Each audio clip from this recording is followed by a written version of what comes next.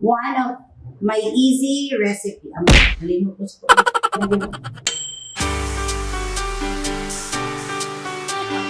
Follow your every dream. Make step to be the cream. Share passion with the team.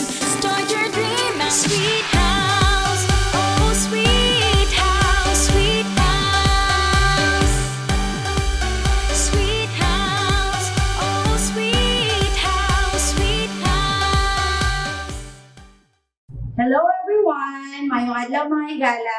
I'm Mich and for today, I will be sharing no-bake dessert. Okay? So it's a frozen dessert, no need ng oven, tapos madaling gawin, tapos mabenta. Okay? So for the ingredients, I have here whipping cream, Conapro milk, I have Bravo condensed milk, crushed grahams, and fresh mangoes. Okay, so if you have mixer, pwede nyo gamitin. Kung wala, mano-mano. Okay? So, if you have stand-up mixer, use your whisk attachment.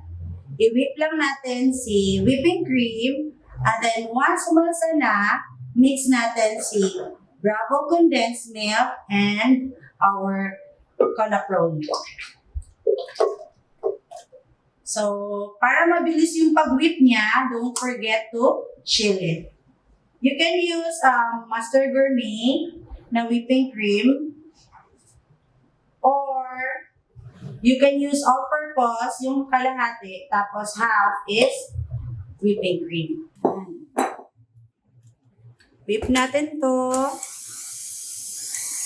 until medyo mag-alsa siya and then we will add condensed milk tapos si milk. So, once ganyan na yung itsura, okay? Once ganyan na, medyo creamy, medyo umalsa na, yan, lagay na natin si Bravo condensed milk.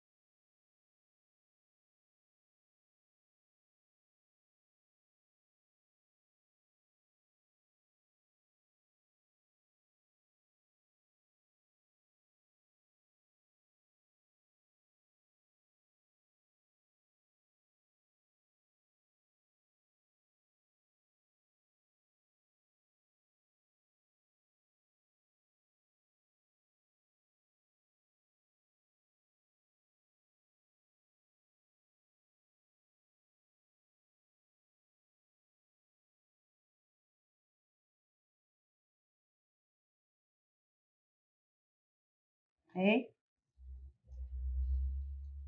Tapos, freeze natin to overnight. Okay? So, gawin natin yan.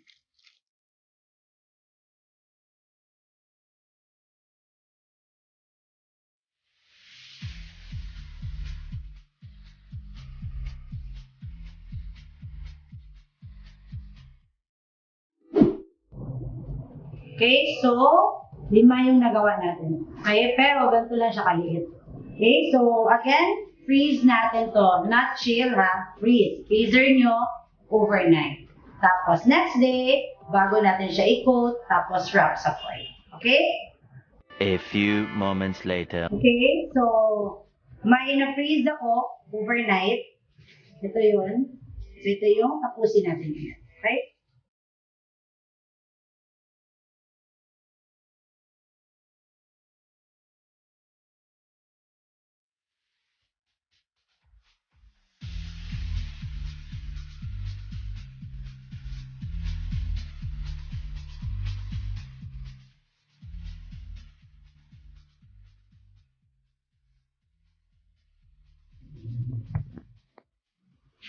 Hi kids, mas gusto nila yung maraming grahams. So, damihan natin. Okay? Para magdikit yung grahams, hayaan nyo muna siya dyan. Para medyo matunaw. Mas mabilis magdikit.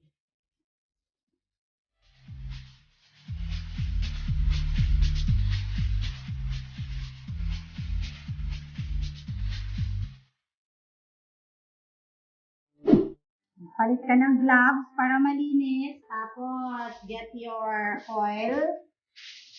Okay. Yan. Tapos, okay, lagay natin sa foil. Ikot ulit natin si Graham.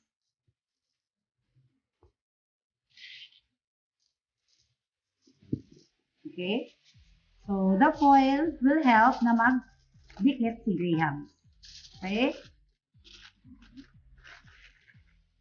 Mabilisan guys ha. Dahil mabilis lang itong matunaw. Okay? Tapos, freeze ulit natin. And then, ready to benta or ready to eat.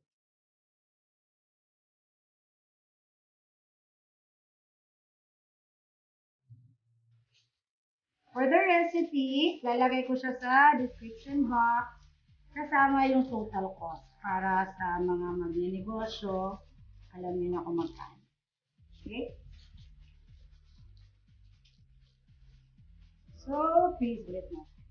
Okay? Yan, para tubo-tubo. A few moments later. Yan, so, pinreeze natin. Ito na yon. Let's remove. So, pwede natin cut.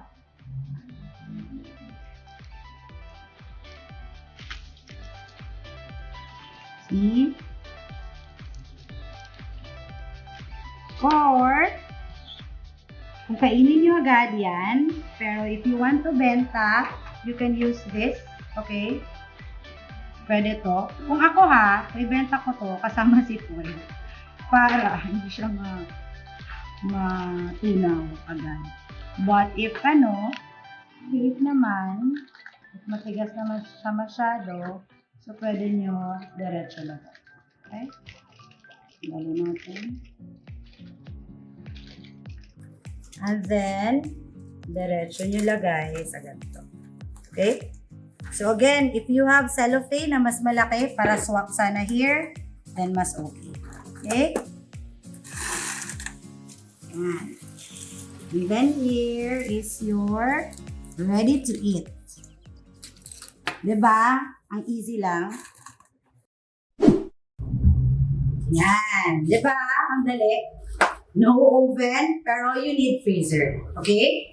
Again, thank you for watching, guys. Don't forget to like and subscribe sa YouTube channel namin. So, don't forget also to ring the notification bell para at least updated kayo sa mga new videos. Bye!